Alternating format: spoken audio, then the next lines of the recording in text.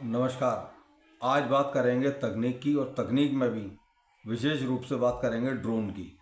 किसी भी देश का विकास इस बात पर निर्भर करता है कि उसके पास संसाधन कितने हैं और इन संसाधनों का उपयोग किस तरीके से किया जाता है। मसलन किसान अपनी खेती पैदावार को बढ़ाने में, बिल्डर और डेवलपर अपने निर्माण कार्यों को, चिकित्सक अपने क्षेत्र में, सेना के जवान अपनी क्षमताओं को बढ़ाने में कैसे प्रयास करता है और समय के साथ बदल रही विज्ञान और तकनीक का अपने कार्य क्षेत्र में इस्तेमाल करता है। आज इस विषय पर चर्चा करने के लिए हमारे साथ हैं सूर्य उदय एरियल व्हीकल्स के को फाउंडर पंकज देवल जी। पंकज जी की पारिवारिक पृष्ठभूमि कृषि परिवार से है और कंप्यूटर मास्टर डिग्री प्राप्त करने के बाद जहां आमतौर पर युवा अच्छी नौकरी और शानदार पैकेज की इच्छा रखते हैं, पंकज लगातार अपने कार्य क्षेत्र में परिवर्तन के साथ खुद में इनोवेटिव स्किल्स डेवलप करते रहे हैं। ड्रोन के सीमित उपयोग के बारे में हम सभी ने सुना है और जाना है। आज पंकज हमें बता रहे हैं कि टेक्नोलॉजी के अलग अलग क्षेत्रों में इसका किस तरह प्रयोग करके न सिर्फ मैन पावर की बचत हो सकती है बल्कि उच्च स्तर की दक्षता भी इसके द्वारा प्राप्त की जा सकती है। पंकज जी, सबसे पहले तो ये बताइए कि ड्रोन वास्तव में है क्या? ड्रोन्स एक नई टेक्नोलॉजी है। अभी लोग जैसे रोबोटिक्स की बात करते हैं, एक तरह से रोबोट ही है। बस क्या है कि रोबोट आपका खाली ग्राउंड पे काम करता है, ग्राउंड बेस हो गया। ड्रोन की बात करते हैं, ड्रोन आपका हवा में काम भी कर सकता है, अंडर वाटर भी काम कर सकता है और आपका सरफेस पे भी काम कर सकता है।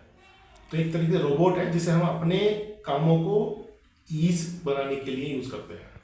तो आप डिफेंस में देखोगे, अभी तक क्या था कि सिविलियन यूज केसेस के लिए ड्रोन बैन थे। जो ये आप देखते हो आजकल सब जगह शादी में ड्रोन उड़ाते हैं, सब कुछ है, ये इलीगल है, आज भी इलीगल है। अच्छा। वजह क्या है कि ड्रोन के रूल्स के हिसाब से ये डीजीसीए के अंडर आता है, director general of civil aviation, ministry of civil aviation के अंडर आता है। उनके रूल के हिसाब से अगर किसी भी ड्रोन की वेट जो है 250 ग्राम से ऊपर है तो उसे उड़ाने के लिए लाइसेंसिंग चाहिए, परमिट चाहिए, उसका ड्रोन का यूएएन नंबर होना चाहिए, रजिस्टर्ड होना डीजीसीए के पास में, और ड्रोन उड़ाने वाले के पास पायलट का लाइसेंस होना चाहिए। अभी किसी के पास नहीं मिलेगा आपको, एक तरह से इलीगल है। अरे इलीगल है। अभी गवर्नमेंट ने गाइडलाइन बनाई है, 2016 से कुछ स्टार्ट किया है, स्टार्ट करने का कि किस तरीके से काम करना है। सिविलियन यूज केसेस के लिए अलाउ किया है, तो रेगुलेशंस बन रही हैं, तो ईज हुआ है। ठीक। अच्छा, एक आम आदमी के जीवन में ड्रोन का क्या उपयोग है और कैसे हमारे जीवन पर असर डालने वाला है? नो डाउट हमारे माननीय प्रधानमंत्री जी ड्रोन पर बहुत फोकस्ड है। कई चीज़ों में वो स्टार्टअप इंडिया के थ्रू, मेक इन इंडिया के थ्रू इन चीज़ों को प्रमोट काफ़ी अच्छे से करते हैं। लोगों को नए नए तरीके से काम करने का मौका मिल रहा है। अभी तक बात करें तो ड्रोन में नंबर 1 की अगर कहा जाए तो या तो चाइना आएगा नंबर 1 पे, या सेकंड नंबर पे यूएस आएगा। बेसिकली उनका मेजर यूज केस आता है डिफेंस को लेकर के। डिफेंस में एक आदमी खड़ा होकर के पूरी सेना का सामना कर रहा है, हथियार चला रहा है, तो उसकी जान बहुत कीमती होती है। किसी की जानवर हो, पक्षी हो, इंसान की जान तो बहुत कीमती है। अब उस यूज केसेस निकालने के लिए आप ड्रोन को यूज कर सकते हो कि उस आदमी की जगह ड्रोन वो सारा काम करके देगा जो उस आदमी से करवा रहा है। मतलब एक इंसान की जगह ड्रोन जो है अब काम कर रहा है। अब आप देखो, मैं एग्रीकल्चर की बात करता हूँ। कृषि में अगर एक आदमी से काम करा जाए तो एक दिन के अंदर 1.5 एकड़ के आसपास वो स्प्रे कर पाता है। दूसरा, उसकी अवेलेबिलिटी बहुत कम होती है। तीसरा, जो पेस्टिसाइड फर्टिलाइजर हम आज यूज कर रहे हैं वो इतने घातक हैं इंसान की हेल्थ के लिए। आदमी खेत के अंदर स्प्रे कर रहा है, किसी वजह से उसके मुंह से मुखौटा हट जाए, उसके मुंह से मास्क हट जाए तो जिंदा सही सलामत खेत के बाहर आएगा, इसके चांसेस बहुत कम है। इतनी खतरनाक दवाई हम लोग यूज कर रहे हैं। उसी काम को ड्रोन आपको बेटर में करके देता है। अरे ड्रोन की एफिशिएंसी देखो, आप आदमी 1.5 एकड़ कर रहा है एक दिन में, ड्रोन की एफिशिएंसी है 30 एकड़ एक दिन में करने की। अच्छा। तो आपकी कॉस्ट कम हो जाती है। दूसरा क्या है कि जब आप किसी भी फर्टिलाइजर को क्रिस्टल की फॉर्म में यूज करते हो तो आपको बहुत ज़्यादा क्वांटिटी यूज करनी पड़ती है। मेजरली आपका जो फर्टिलाइजर है वो जमीन खा जाती है, जो जमीन को नुकसान देता है टाइम में। जब आप लिक्विड फॉर्म में यूज करते हो तो आपकी क्वांटिटी बहुत कम होती है, इससे कॉस्ट इफेक्टिव बहुत हो जाता है। जहाँ आप 6,000 रुपये का खाद यूज कर रहे हो वो आपका 300-400 रुपये खाद में काफी जाता है। ऐसा यूज केसेस आ गया। दूसरा, डिफेंस में सारे आप एनुमिनेशन को ले जाना, छोड़ना, ड्रॉप करना। ड्रोन के साथ साथ एंटी ड्रोन टेक्नोलॉजी और एक है।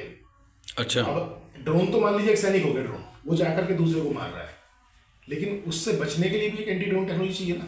बिल्कुल। तो एक एंटी ड्रोन और नया सेगमेंट स्टार्ट है अच्छा। कि ड्रोन भी है, एंटी ड्रोन भी है, और ड्रोन सेना में सारे काम कर रहा है, मुखबिरी कर रहा है, आपके सारे वर्टिकल। हम यहाँ बैठे बात कर रहे हैं, हो सकता है ये किसी मच्छर की शेप का, मक्खी की शेप का बहुत छोटा सा ड्रोन घूम रहा। अच्छा।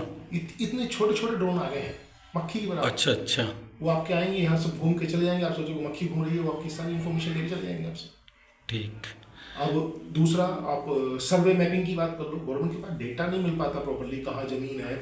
नदी आज देखोगे तो नदी 1 किलोमीटर लंबी है, 3 महीने बाद देखोगे तो आधा किलोमीटर रह गई, फिर करते करते 10 मीटर का नाला रह जाता है। ये सब जगह हो रखा है। ड्रोन से आप उसका इफेक्टिवली सर्वे मैपिंग कर सकते हो कि मतलब सर्वे चेक करके कितनी उसकी विड्थ है, कितना है, और 2 महीने पहले क्या स्थिति थी, आज क्या स्थिति है, आप इमीडिएटली चेक कर सकते हो बिना टाइम कंज्यूम किए। ठीक। बहुत ज़्यादा टाइम बचेगा आपका, एक्यूरेसी मिलेगी और सही डेटा आपको लाइव टाइम मिल जाएगा।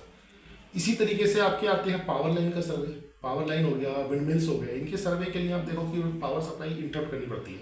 आप उसे रोकोगे, विंडमिल को बंद करोगे, तब बंदा चढ़ेगा ऊपर, चेक करेगा, उसकी जान अगर फिसल गया, कुछ होगा तो क्या होगा, बंदा गया। बिल्कुल। ड्रोन के टाइम पे आपको ना तो पावर सप्लाई रोकनी है, ना विंडमिल को बंद करना है। ड्रोन उड़ेगा, पूरा स्कैन करेगा, आपको रिपोर्ट दे देगा सेकंड में बना करके। यानी मल्टीटास्किंग कह सकते हैं कि इससे हम हर फील्ड में इसका यूज़ हो सकता है। हो सकता है। कंस्ट्रक्शन का ले लो आप, कंस्ट्रक्शन मॉनिटरिंग हो गया आपका, डेवलपमेंट स्टेज हो गई, आप ये सारी चीज़ें उसकी क्वालिटी से चेक कर सकते हो आप ड्रोन के एल्गो यूज़ करके। डैम्स हो गए, डैम को कितना टिपिकल काम है डैम को मॉनिटर करना, आपका आज ड्रोन से अवेलेबल है, अंडर वाटर हो गया, एरियल हो गया, कहीं भी आप यूज़ कर सकते हो। ठीक। अच्छा, जहाँ तकनीकी क्षेत्र में उच्च शिक्षा प्राप्त करने के बाद किसी भी युवा की इच्छा रहती है अच्छी सैलरी और कॉरपोरेट में काम करना, आपने अपने करियर में बहुत से प्रयोग किए हैं, इसकी क्या वजह रही? अच्छा सवाल है आपका कि जहाँ लोग पढ़ाई करके, नौकरी करके आसानी से रात को चैन से सोना चाहते हैं, मैं क्यों नए नए एक्सपेरिमेंट करता रहता हूँ अपनी ज़िंदगी में। रवि जी, मैं जब पढ़ता था ना, मेरे साथ के लोग बात करते थे बच्चे कि बड़े होके क्या बनोगे। कोई कहता था मैं पुलिस वाला बनूंगा, कोई कहता था मैं किसान बनूंगा, कोई कहता था मैं फौज में जाऊंगा।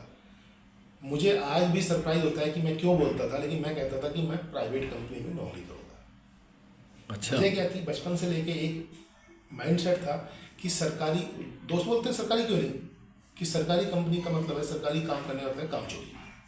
शुरू से वही देखते आ रहे हैं, हर जगह कहीं भी जाओ आप, सरकारी आदमी का मतलब है काम चोरी। बिल्कुल। आज परिस्थिति काफ़ी चेंज हो गई है, मैं एग्री करूँगा उस बात से, लेकिन उस समय जो दिमाग भरा हुआ था, बसा हुआ था कि अगर ड्राइविंग लाइसेंस बनवाना है ना, तो 2 घंटे का काम आपका जो है 2 साल में होगा। आपको पता नहीं कैसे होना है, क्या होना, वो सब काम चोरी थी।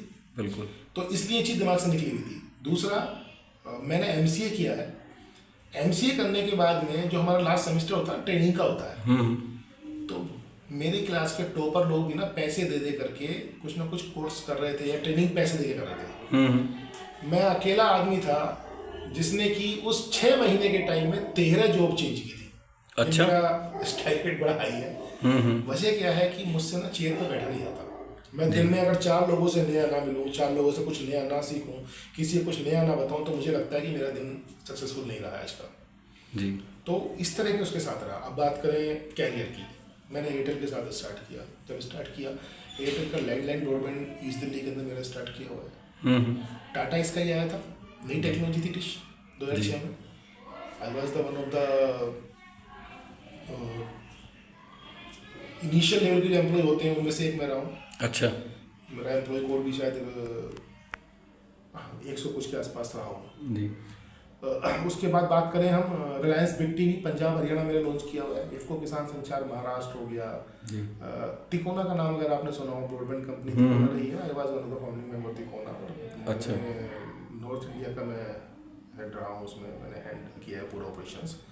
तो सारी जब भी कोई टेक्नोलॉजी नई आई है या स्टार्ट हुई है, मैं उसका पार्ट रहा हूँ। अभी इलेक्ट्रिक व्हीकल 6 साल से, इलेक्ट्रिक व्हीकल तो उस समय लोग जानते भी नहीं थे कि कैसे चलेगा, क्या होगा।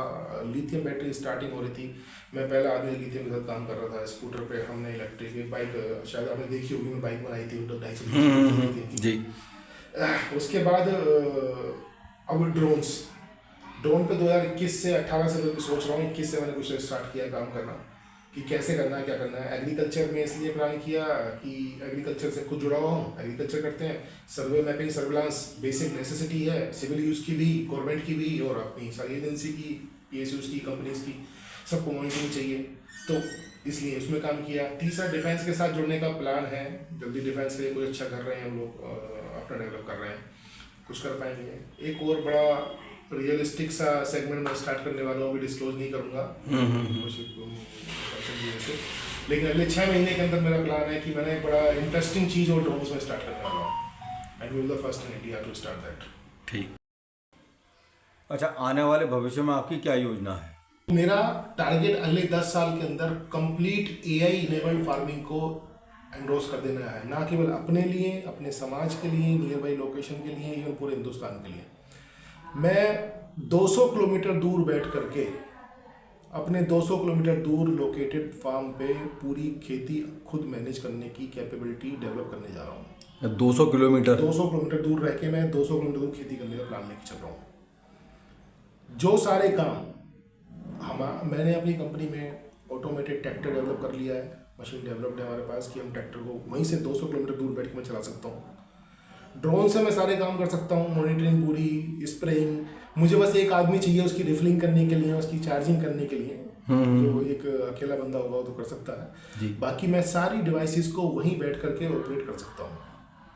मैं आज डिवाइस अवेलेबल है, आप अपना पंप जो आपका पानी का पंपिंग सेट है, आप दुनिया के किसी भी कोने में बैठ के ऑन ऑफ कर सकते हो। अच्छा। ड्रोन को दुनिया किसी कोने में बैठ के आप ऑपरेट कर सकते हो, चला सकते हो। अच्छा। और आदमी से ज़्यादा एक्यूरेसी आपको मशीन देती है। बिल्कुल ठीक। अच्छा, इसका मतलब ये हुआ कि आने वाली जनरेशन के लिए ड्रोन जो है एक रिवोल्यूशनरी चेंज लेके आने वाला है। जहाँ हम लोग खेती से भागते चले जा रहे हैं ना, मेरा प्लान है 10 से 12 साल के अंदर एक सिस्टम ऐसा डेवलप कर दूंगा कि लोग ना, भले सी मुरादाबाद का आदमी, किसान जो है उसका बेटा बेंगलोर में नौकरी कर रहा है, वो वहीं से यहाँ की खेती को मैनेज कर ले। फिर बात आती है इकोसिस्टम की। हम पूरा इकोसिस्टम अपना प्रोप्राइटरी डेवलप कर रहे हैं, कर लिया है, अल्ट्रेशन चल रही हैं, ट्रायल्स चल रहे हैं, एक स्टेज आती है, उसके बाद आप कंफर्म होते हो कि भी ओके है काम करने के लिए, तभी हम उसे लॉन्च करते हैं। इकोसिस्टम डेवलप कर लिया है। कॉस्ट इफेक्टिव की बात करें, जो आज किसानों का 10 लीटर कैपेसिटी का स्प्रेइंग ड्रोन है वो करीब 5 से 6 लाख रुपए की कीमत का है। पूरा एसेसरीज के साथ बात करोगे 8 से 10 लाख रुपए बैठता है।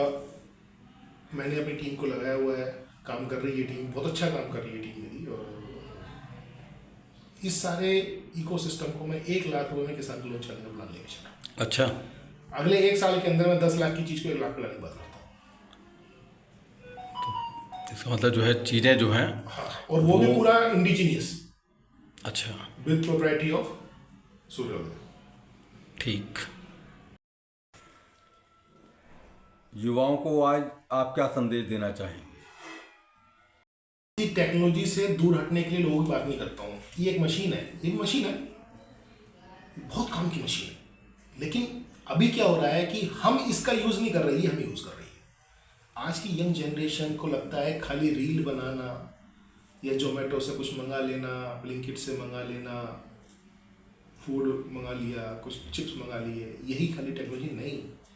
आप ये आपकी वो हेल्प कर सकती है जो कि आपकी हेल्प किसी ज़माने में हम जो गुरुओं से एक्सपेक्ट करते थे, वो सारा इसके अंदर सार है।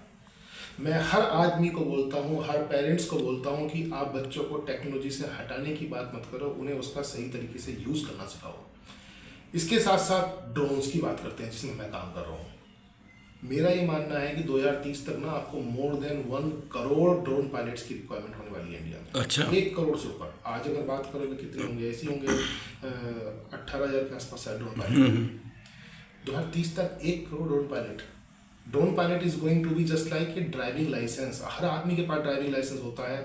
अगर जनरली मैं तो मानता हूँ 70-80% लोग तो ड्राइविंग लाइसेंस रखते हैं, सब चलाते हैं। तो इसी तरीके से ड्रोन भी होने वाला है। आपको ना अपने हर काम के लिए किसी तरीके से सहूलियत लाने के लिए, अपने ईज ऑफ लाइफ बनाने के लिए ड्रोन की रिक्वायरमेंट होने वाली है। तो हर कोई ड्रोन का लाइसेंस ले। ड्रोन की बेसिक सबको आनी चाहिए कि टेक्नोलॉजी कैसे होती है, क्या होती है, और यूज केस के हिसाब से आप उसकी एक्सपर्टीज कर लो, कोई दिक्कत नहीं। बिल्कुल। तो मैं यूथ को यही कहूँगा भैया, जो अब आने वाले लोग हैं, कर रहे हैं, आप चाहे मेडिकल की पढ़ाई कर रहे हो, चाहे आप बीए कर रहे हो, चाहे आप LLB कर रहे हो, आप ड्रोन की बेसिक नॉलेज जरूर रखो और अपने आप को एक्सपर्ट बनाओ। रेदर देन कि आप रील एक्सप्लोर कर रहे हो, उसकी जगह आप टेक्नोलॉजी को एक्सप्लोर करो, सीखो। ठीक। उसका सही यूज़ करना आना बहुत जरूरी है। बिल्कुल। तो ये थे आज हमारे साथ पंकज देवल, जिन्होंने हमें ड्रोन और टेक्नोलॉजी के बारे में इतनी अच्छी अच्छी जानकारी दी। इसके साथ ही उन्होंने आज हमें ये भी पता चला कि किस तरह ड्रोन हमारे आम जीवन पर असर डालने वाला है। तो इस अच्छी जानकारी के लिए पहले अब पंकज जी आपका बहुत बहुत धन्यवाद, और अगली बार किसी अच्छी विषय पर चर्चा के लिए फिर एक बार आपके साथ आएंगे। नमस्कार।